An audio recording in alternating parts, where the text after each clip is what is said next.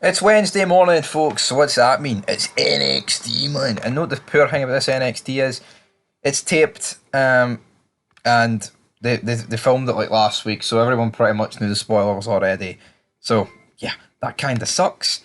But anyway, let's dive into it. I don't, normally it is taped, but this one was extremely taped in advance. You get me where I'm coming from.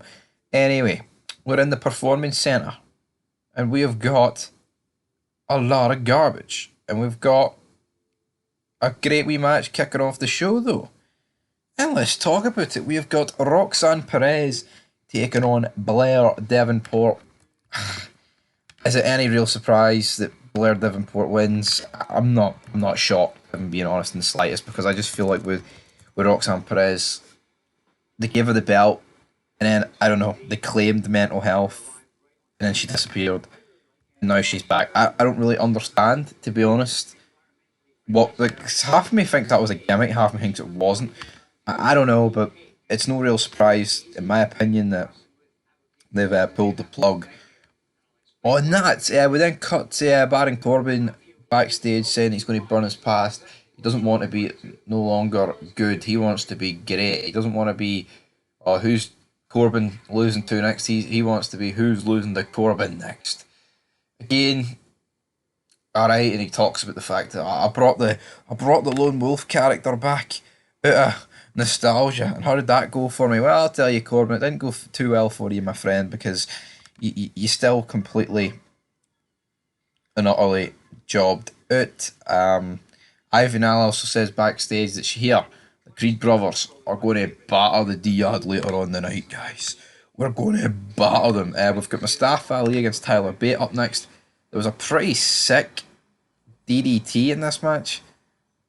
Almost took the head clean off of Tyler Bate, Mustafa Ali.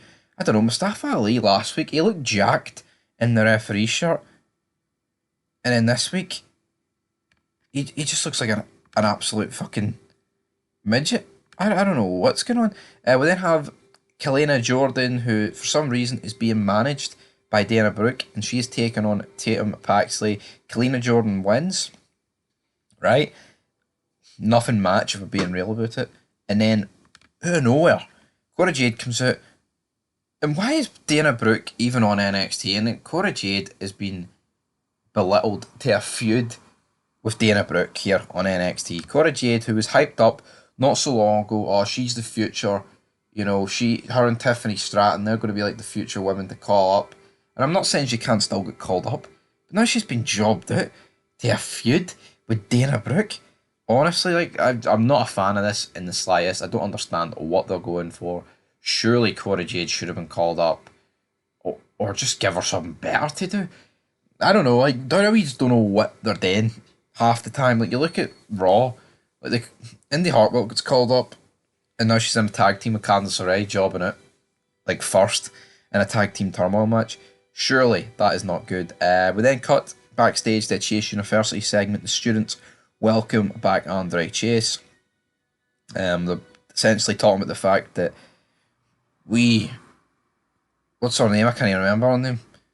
Thea Hale, aye, that's the one. Should be NXT's champions, but she NXT Women's Champion, but she should have been. But guess what? It was Drew Gulak and Charlie Dempsey that absolutely jobbed her out. So Chase University going to be it for revenge. Who knows? But you know what? Chase University segments are always pretty good. I just don't understand the obsession with Drew Gulak and Charlie Dempsey. Really do not. Really do not. We then have the debut of NXT Underground, and this, in my personal opinion, sucked. There's me thinking, oh, we're going to get this NXT Underground. You know, it's going to be underground, but no, it's just a ring without any ropes. We've got Gable Stevenson out there. I just don't understand. Like, Raw just felt so much better. It was actually like in a basement they were doing it. It seemed like much more like, yeah, they darked out the arena, but I don't know. I just wasn't really feeling this, to be honest. Eddie Thorpe ends up winning, so in my opinion, it was kind of just a bit garbage. And Gable Stevenson after the match hits a bunch of suplexes. Mr. Chase, Andrew Chase, what a guy. He's loving life though. he wasn't here. Carmel Hayes then puts out a challenge to Judgment Day for their invitation to come to NXT, to which Finn Balor accepts the Judgment Day are going to be on NXT. Don't know how it's really going to work. There's only two of Carmelo Hayes and Trick Williams, so we'll see how that eventually goes. We then cut to prison, and we've got Stacks talking to Tony D. Tony D's like, "What the hell are you doing, Stacks?" And then he's like, "What do you mean there's a new boss of the family and all this? You betrayed me, you rat." And then he sits down and explains to Joe Coffey. Him and Joe Coffey explain that if Stacks wins next week, all the charges against Tony D gets dropped and he'll be out.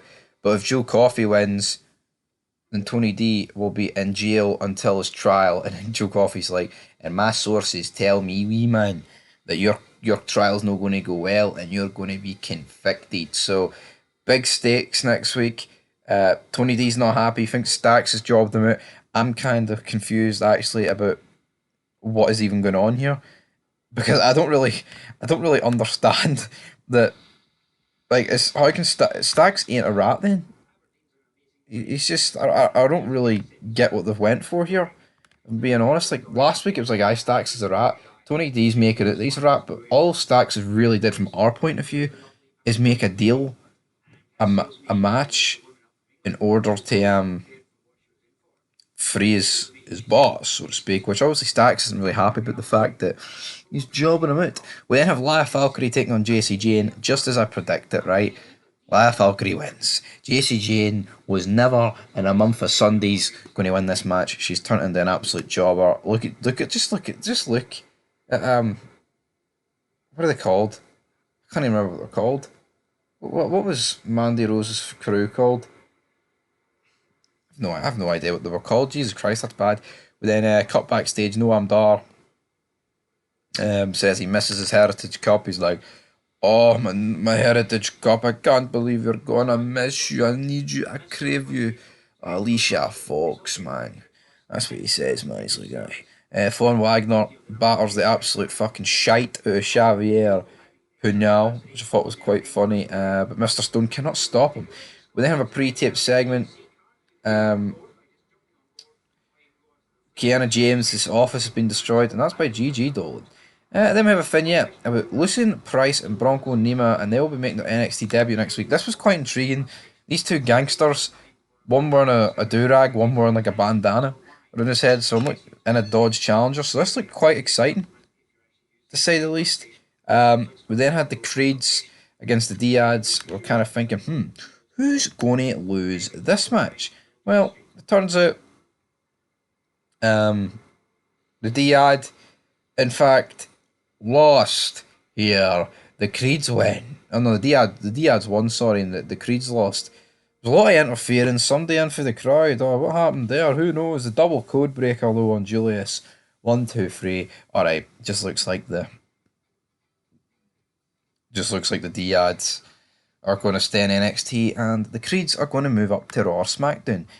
So yeah, look, and interested to see what happens here. Then Braun Breaker says that he came close to winning the world title with only 78 matches under his belt. I don't know, that's not something really to brag about. Oh, it took me 78 matches to lose the world champion.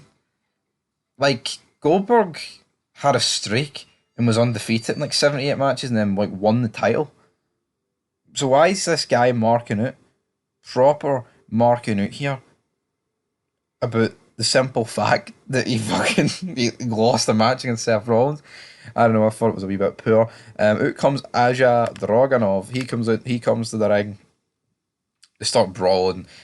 I kind of just don't know. Once they did this once, they did it a million times. Like, we've seen it with Cena Brock, then we've seen it with Brock Taker, and that's acceptable because they're all fucking mega stars and big guys.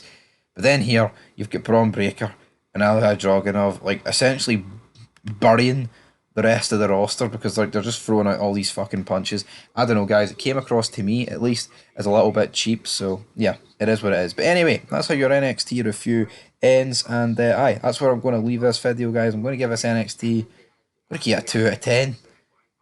A bit poor. The matches this week were pretty shite. That was to be expected, though, after the aftermath of Gold Rush, but Aye, 2 out of 10, because the segments as well weren't exactly spectacular either, were they, big man? So anyway, guys, leave your thoughts down below, and until next time, Big Stevie Cool signing out. Peace.